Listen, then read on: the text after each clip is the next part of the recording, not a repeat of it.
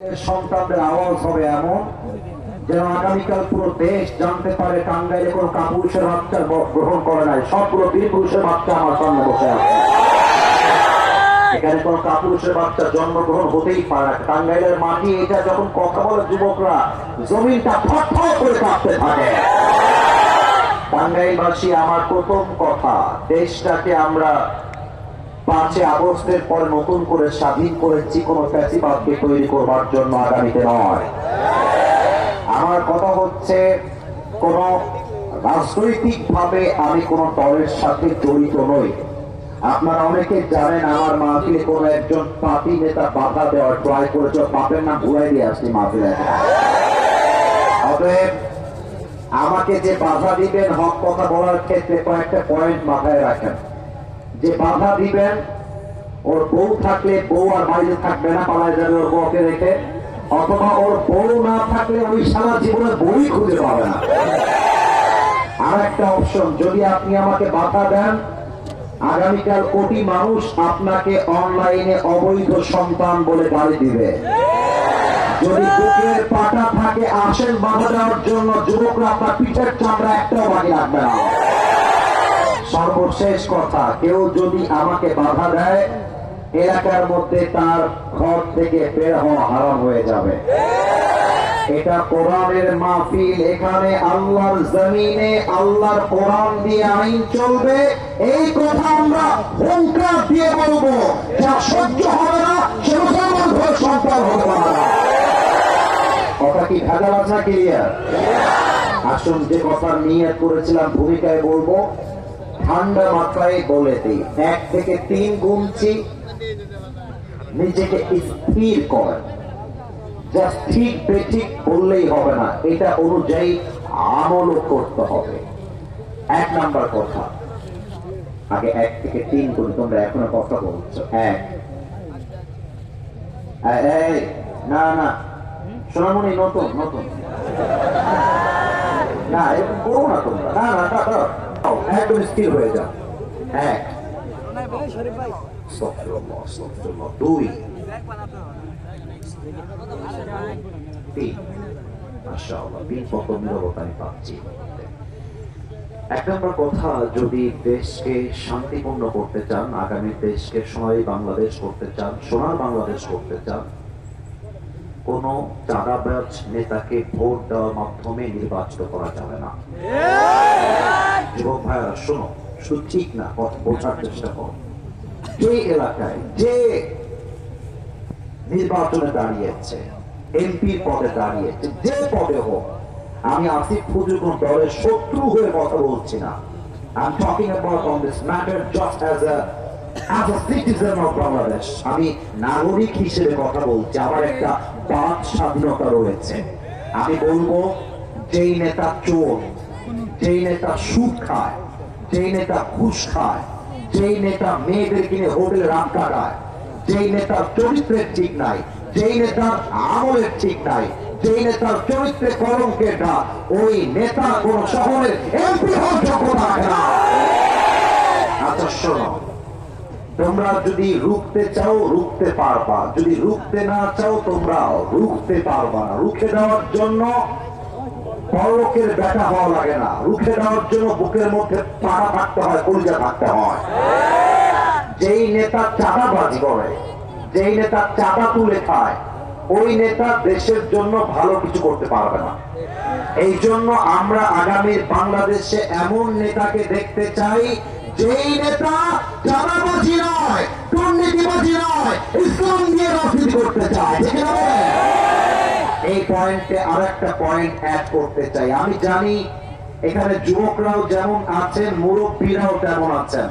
আমি আসিফ হুজুর যদি একটা বাক্য ভুল বলি, আপনি আমাকে ধরাই দিবেন। যদি ভুল না বলি, এটা আপনার বিপক্ষে গেলেও আপনাকে ঠিক বলে অ্যাপ্রিশিয়েট মাস্ট করতে হবে। যে কোনো রাজনৈতিক ব্যক্তি যদি বিলং করতে হয়, তাকে যদি রাজনৈতিক নেতা হয়, তার ইনকামের জন্য আলাদা সোর্স থাকতে হবে। তার ব্যবসা থাকতে হবে, তার কোনো জব থাকতে হবে, তার সম্পদ থাকতে হবে। কোন রাজনৈতিক ব্যক্তির মূল পেশা রাজনীতি হলেই সমস্যা। কারণ যারই পেশা বাদ দিয়ে যা রাজনীতি করে তারাই দেশে বেশি দুর্নীতিবাজি করে, ঠিক না? মনে করেন আমি একজন ব্যারিস্টার, আমার ইনকামের সোর্স আছে, আমি রাজনীতি করে খাওয়ার প্রশ্ন নেই, আমার তো এক্সট্রা ইনকাম আছে। মনে করেন আমি একটা মার্কেটের মালিক, আমার মার্কেট থেকে ভাড়া আসে 1 লাখ টাকা, আমার তো এক্সট্রা ইনকাম আছে, রাজনীতি করে চাঁদাবাজি করে খাওয়ার তো আমার প্রশ্ন নেই। অতএব যে পার্টি নেতাগুলো জাস্ট রাজনীতি করে খেতে চায় ওই নেতা আমাদের নেতা হওয়ার যোগ্যতা রাখে না, দেখে না? বলে 3 নাম্বার কথা বলে আমি আমার ভূমিকার কথা শেষ করতে চাই। আমার বামে আমার খতিব সাহেব, আমি ওনাকে হাত তুলিয়েছিলাম, এর একটা বিশেষ কারণ ছিল। এই টাঙ্গাইলবাসী, কালীহাতিবাসী, আমার কথা কি বোঝা যায়? শোনো, তোমাকে একটা কথা বলি, সবসময় মাহফিল মজা করলে মাহফিলটা হয় না, সিরিয়াস হতে হয়। এই সমাজ আমাদেরকে পরিবর্তন করতে হবে, এই সমাজ তোমাকে পরিবর্তন করতে হবে। আর কতক্ষণ আমরা মানুষের হাতে জুলুমের শিকার হব? আমাদেরকে হক কথা বলতে হবে, আমাদের দেশকে ঠিক করতে হবে, আমাকে জানাতে হবে, দেখে নেব। আপনাদের এলাকার মসজিদ কোথায়? সামনেই মসজিদ, এদিকে তাকান। প্রত্যেক সপ্তাহে ইমাম সাহেব জুমার খুতবা দিবেন। এই জুমার খুতবা মেম্বারে ক্যামেরার মাধ্যমে রেকর্ড হবে। এলাকার মসজিদের যে সভাপতি তিনি সেটা অ্যালাউ করবেন, সেক্রেটারি অ্যালাউ করবেন। যুবকরা বলবে হুজুর ক্যামেরা আপনার সামনে রেডি আছে, যত হক কথা আছে আপনি বলবেন, পুরো দেশ এই কথা শুনতে হবে। আমার প্রশ্ন, যেই সভাপতির বাড়িতে বিশাল লম্বা ডিজেল লাইনের টিভি আছে, তার বউ সারাদিন স্টার জলসা দেখে, তার গায়ে জ্বলে না, তার ছেলে বাসার ভেতরে স্মার্টফোনে পর্নোগ্রাফি দেখে, তার গা জ্বলে না, মসজিদের ভেতরে ইমাম সাহেব জুমার খুতবা রেকর্ড করে পুরো দেশে ছড়ায় দিবে, অনেক লোকের গায়ের মধ্যে জ্বালা পড়া শুরু হয়ে যায়। আমার কথা একটা, জুমার মেম্বারে যখন খতিব সাহেব হক কথা বলবে, আমার তো মনে হয় আগামী 1 মাসের মধ্যে টাঙ্গাইল জেলায় পরিবর্তন হয়ে যাবে। ওনাদেরকে সুযোগ দিবেন। আর ইমাম সাহেব যারা আছেন একটু মাথায় রাখবেন, আপনাদের ইমাম সাহেব কিন্তু এখানে বসে আছে। ইমাম সাহেবদের উচিত জাস্ট মানুষের চাকরি করে নয়, নিজের একটা ব্যবসা থাকা, নিজের একটা বিজনেস থাকা। অনেক যুবক বলবো হুজুর এটা তো ইমামের কথা, এটা তো আমার কথা নয়। আরে বেটা, ইমাম তোমার নেতা, ইমাম ঠিক হয়ে গেলে যুবকরাও ঠিক হয়ে যাবে। আচ্ছা মনে করেন আমি আসিফ হুজুর আপনাদের টাঙ্গাইলের মসজিদের ইমাম এবং খতিব, অথবা শুধু খতিব। আমার ব্যাংকে কমপক্ষে 30 লাখ টাকা আছে, আমার নামে 3টা দোকান আছে, আমার নামে জমি আছে, আমার নামে বাড়ি আছে, আমার ব্যবসা আছে। মাসে কমপক্ষে আমার ব্যবসা করে আয় হয় 1 লাখ টাকা। মসজিদের বেতন গুনার টাইম নাই, খুতবা দিব বেতন গুনার টাইম নাই। কেন টাইম নাই? তোমার বেতন খেয়ে আমি হক কথা বলতে পারবো না। তোমার বেতন খেয়ে তোমার মতো সুদখোর, তোমার মতো যুবক যার বউ বেপরদায় চলে, তোমার পায়ের কাছে পড়ে চামচামি করতে হবে, হক কথা বলা যাবে না, এমন ইমাম আমরা হতে চাই না। দেখি ইমাম সাহেব যদি বলে সভাপতি সাহেব আপনি আমাকে বেতন দিলেও যা, না দিলেও তা, আমার পকেটে মানি ব্যাগ ভর্তি আছে, আপনি বেতন দিলেও আমার পরোয়া নাই, না দিলেও পরোয়া নাই, বা যতদিন বেঁচে আছি সমান দিয়ে হক কথা বলে যাবো। আপনার কথা দেখে না, আল্লাহ যেন কথাগুলো বোঝার তৌফিক দান করে পড়েন সবাই আমিন। আপনাদের বউ আছে কার কার, তারা একটু হাত তোলেন। বউ আছে? বউ আছে? আচ্ছা আপনাদের বউ আছে, আচ্ছা হাত নামান। এবার কপাল পোড়া যারা সিঙ্গেল যারা বউ তো কেউ নাই, তারা একটু হাত তোলো। আজকে কারো বউ নাই, বউ যে নাই বলতে হবে না, বউ নাই কারো। আমি দোয়া করে দেই আল্লাহ সবাইকে দিনদার নেককার বউ দিয়ে দিই, পরে সবাই আমিন। এই যারা আমিন কয় না তারা কেউ বউ পাবে না। এত আসতে না, জোরে বলেন সবাই মিলে আমিন। আস্তে হাত নামান, হাত নামান। আমরা 3টা তাকবীর দিয়ে তাফসীরে ফিরে যাব। প্রথম তাকবীর দিবেন বিবাহিত ভাইরা। বিবাহিত ভাইরা একটু আমার সঙ্গে কাশি দেন। মাশাআল্লাহ, স্টেজে অনেকে বিবাহিত আছে, ওরাও কাশি দিয়েছে। বিবাহিত ভাইরা আমি বলবো লিল্লাহি তাকবীর, আপনারা বলবেন আওয়াজ দিয়ে আল্লাহু আকবার। নাম্বার দিব, দেখা যাক কারা আজকের মাহফিলে নাম্বার বেশি পায়। বিবাহিত ভাইরা রেডি হয়ে যান, সিঙ্গেলরা চুপ থাকবা, you have to be quiet, keep silent. বিবাহিত ভাইরা লিল্লাহি তাকবীর। আপনার নাম্বার পেয়েছেন আমার পক্ষ থেকে 75। এটা হচ্ছে আমার বিবাহিত ভাইদের নাম্বার। এবার আমার প্রিয় সিঙ্গেল ভাইদের পালা। সিঙ্গেল একটু হাসি মারো।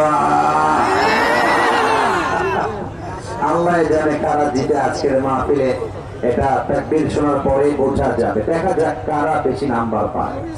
সিঙ্গেল ভাইরা নারায়ে তাকবীর। বিবাহিত ভাইরা আমাকে মাফ করে দিবেন। আমার মনে হচ্ছে আজকে সিঙ্গেলরা 95 নাম্বার পেয়ে পাস করেছে।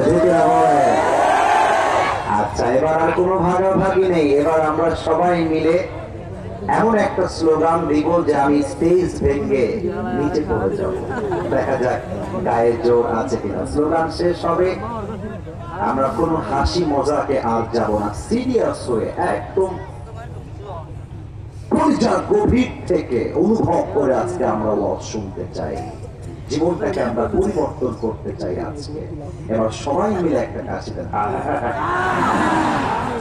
টাঙ্গাইলের মানুষ কিন্তু খুব আপন আপন লাগে, এবং টাঙ্গাইলের মানুষ কিন্তু খুব ভালোবাসার মানুষ। আমি দেখেছি টাঙ্গাইলের মানুষ মেহমানদারি করতে খুব পছন্দ করে, বাট বিগত 3 বছর যাবৎ কোথাও মেহমান হওয়ার সুযোগ আমার হয় নাই। টাঙ্গাইলবাসী, মিডিয়া রিপোর্ট যাচ্ছে, পুরো পৃথিবী দেখবে আগামীকাল আমাদের এই মাহফিল। শেষ তাকবীরটা আমরা দিয়ে নেই, দেখা যাক গায়ে জোর আছে কিনা। লিল্লাহি তাকবীর। আল কোরআনের আলো, আল হাদিসের আলো, কোরআন হাদিস যেখানে, আমরা আছি সেখানে, আলেম ওলামা যেখানে, আমরা আছি সেখানে, টাঙ্গাইলবাসী যেখানে, আমরা আছি সেখানে। একটা ভুল করেছেন আপনারা, আমি ধরার পরেও বলি নাই। আচ্ছা, ভুলটা শুধরে নিয়ে move on to the next. আমরা সামনে পারবো। আল কোরআনের আলো ঘরে ঘরে না, সংসদে যাবে। Okay, let's try again together. Let's give you another chance. আমি আবারও সুযোগ দিচ্ছি। বলেন আল কোরআনের আলো, মাশাআল্লাহ, গায়ে জোর আছে বেটা। আল হাদিসের আলো, ইটস কাম। এবার আমরা কোরআনের দিকে ফিরে যেতে চাই। কথা কি বোঝা যায়? এই যুবকের কথা বললে বুঝবো কেমন করে? কথা কি বোঝা যায়? আলোচনার বিষয় হচ্ছে মৃত্যু এবং মৃত্যুর পরবর্তী জীবন। এবং আমি এটা বলার পরে তোমাদেরকে বলতে হবে, আমি আবার বলে দিচ্ছি, আজ আলোচনার বিষয় কেউ ওখানে খবরটা যে উঠে যাবে লুঙ্গি টান দিয়ে ধরে বসায় দাও লাগবে আসতে মাকে, তবে লুঙ্গি যেন খুলে না যায় খবরটা। আচ্ছা, না মজা না, I'm too serious, you must be serious। না, আমি মজা করার জন্য মাহফিলে আসি নাই। আলোচনার বিষয়টা আবারও বলছি, এবার আপনাদের পালা। মৃত্যু এবং মৃত্যুর পরবর্তী জীবন। আপনারা জাস্ট বলবেন জীবন, বাকিটা আমি বলবো। দেখা যাক টাঙ্গাইলবাসী ওয়াজটা আমার বুঝেছে কিনা। আজ আলোচনার বিষয় মৃত্যু এবং মৃত্যুর পরবর্তী। আমরা কোরআনে যেতে চাই। সূরা আলে ইমরান 185 নম্বর আয়াত। আল্লাহ তাআলা বলছেন, কুল্লু নাফসিন যায়িকাতুল মাউত। আল্লাহু আকবার। Allah says in this ayah, everybody has to take the test of death. প্রতিটা মানুষকেই আল্লাহ তাআলা মৃত্যুর স্বাদ গ্রহণ করাবেন। আচ্ছা, একটা এক্সাম্পল দেই। মনে করেন আমি আসিফ হুজুর টাঙ্গাইলের একজন এমপি কিংবা বাংলাদেশের একজন প্রধানমন্ত্রী।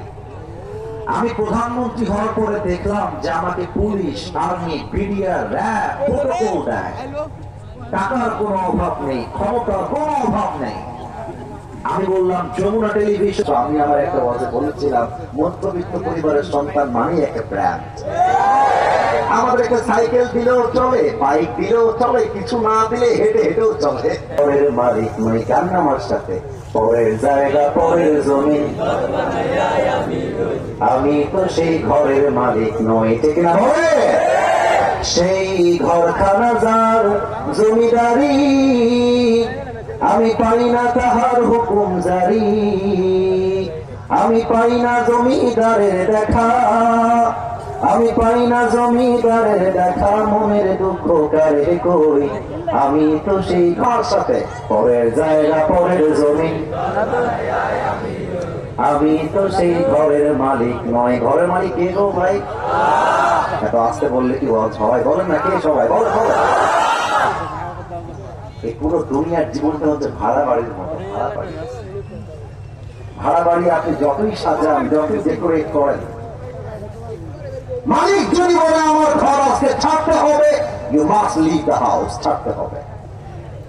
এই পুরো দুনিয়ার জীবনটা is just like a rental house, ভাড়া বাড়ির মতো। যতই গোছান, যতই সাজান, আল্লাহ যখন বলবে বান্দারে তোর সময় শেষ, আসতে হবে। আমাকে দেখেন তো সবাই মিলে, আমাকে জবাব দেন তো। আমাকে আজকে সরাসরি দেখার পরে সবাই জবাব দেবেন, 2 থেকে 3 জন জবাব দিলেই এনাফ। আনুমানিক আসিফ হুজুরের চেহারা দেখে, বডি দেখে, সাইজ দেখে, বয়স আনুমানিক কত মনে হচ্ছে? 2-1 জন বললেই হবে। বয়স আনুমানিক কত মনে হচ্ছে? 30 একটা পেয়েছি, 27 আর একটা পেয়েছি, আর একটা মতামত নিব, আর একটা। আচ্ছা, উত্তরগুলো 100-100 সঠিকও হয় নাই, আবার ভুলও হয় নাই, কাছাকাছি আছে। আচ্ছা, এখানে বেয়াদবি নিবেন না, আমার কোনো মুরব্বী কি আছে? আমি যাব না, 1 নাম্বার। 2 নাম্বার, সে বোঝালো দেখেন আমি তো কেবল যুবক মানুষ, আমার তো হায়াতের সময় অনেক বাকি আছে। বুড়া হবো, বয়স হবে, বাচ্চা হবে, নাতি হবে, শেষ বয়সে গিয়ে আল্লাহ বিল্লাহ করবো। এখন আসলে আমি যাওয়ার জন্য ইন্টারেস্টেড না। আমি সবাইকে বলবো, তোমরা যে বলো কালকে ভালো হয়ে যাব, কাল থেকে সব ছেড়ে দিব, কাল থেকে নেশা ছাড়বো, কাল থেকে জেনা ছাড়বো, কাল থেকে হারাম গার্লফ্রেন্ডকে বাদ দিয়ে দিব, আর তোমার মতো হাজার হাজার যুবক যা বলতো কাল থেকে ভালো হয়ে যাব, ওই কালটা আর আসে নাই, আজকে কবরের বাসিন্দা হয়ে গেছে। আল্লামা ইকবাল লিখেছেন, হুয়ে নাম ওয়ার বেনিশা, कैसे कैसे ये जमी खा गई नौजुआ, कैसे कैसे ये जगह जी लगाने की दुनिया नहीं है, ये इबारत की जा है, तमाशा नहीं है। तुझे पहले बचपन में बरसों खिलाया, जवानी ने फिर तुझको मजनू बनाया, अजल तेरा कर देगी बिल्कुल सफाया। मेरे दोस्त, ये जगह जी लगाने की दुनिया नहीं। হঠাৎ করে আমার হার্টে একটা ব্যথা দেওয়া শুরু করেছে, ব্যথা জমিনে টুটিয়ে পড়েছে। নামাজি বান্দার সামনে মালাকুল মউত এসে দাঁড়িয়ে যাবে। হাদিসে আসছে, মালাকুল মউতের চেহারার রং হবে ধবধবে সাদা, মুখে থাকবে লম্বা চকদাড়ি, দেখতে হবে তগড়া যুবকের। ডাক দিয়ে বলবে, ইয়া আইয়াতুহান নাফসুল মুতমাইন্না উখরুজি ইলা মাগফিরাতিল্লাহি ওয়া রিজওয়ানি। এই নামাজি বান্দা, বের হও, বের হও, বের হও। नामाजी बंदा बोल रहा है, खुरुज जाना है तो कहां जाना है, मेरा आखिरी ठिकाना कहां पर है मुझे बताओ, আমি যাব কোথায়। এবার একটা তরজমা বলবো হাদিসের, সুবহানাল্লাহ কেউ যেন আসতে না পড়ে, অ্যাক্টিভ থাকবেন। বলবে ইলা মাগফিরাতিল্লাহি ওয়া রিজওয়ানি, আরে আসো, আল্লাহর জান্নাত তোমার অপেক্ষায় অপেক্ষমান রয়েছে। তোমরা কইতে পারলে না কি আপনারা? এই যে tissue, look at this tissue. আমি জানি এটা টিস্যু, আপনারাও জানেন, কিন্তু একটু উত্তর দেন তো, একটু তাকান, একটু তাকান, নয় বুঝতেন না। এই টিস্যু কি গোল না চারকোনা ভাই আমার? উত্তর তো সঠিক, তবে আসতে কেন বললেন? এটা কি গোল না চারকোনা? ডান হাত দেখবেন, বাম হাতের দিকে নয়, আমার চেহারার দিকে নয়, ডান হাত। Look at my right hand. নামাজি বান্দার রুহুকে কবজ করবার জন্য আল্লাহ তাআলা জান্নাত থেকে একটা স্পেশাল রেশমি রুমালের চাদর পাঠায় দিবে নামাজি বান্দার রুহুকে জান্নাত পর্যন্ত নেওয়ার জন্য। সুবহানাল্লাহ বলবেন না কথা? এবার দেখেন ডান হাত আরেকবার রুহুটা কবজ করবার জন্য হালকা করে হাত দেবা নামাজি বান্দার রুহের দিকে। রুহু যখন ভরে ফেলবে আস্তে করে টান দিবে। কত জোরে টান দিবে? হাদিসে আসছে একটা পিঁপড়া কামড় দিলে যেমন কষ্ট হয় তার চাইতে কম কষ্ট দিয়ে নামাজি বান্দার রুহুকে কবজ করা হবে। তাও তো সুবহানাল্লাহ বলতে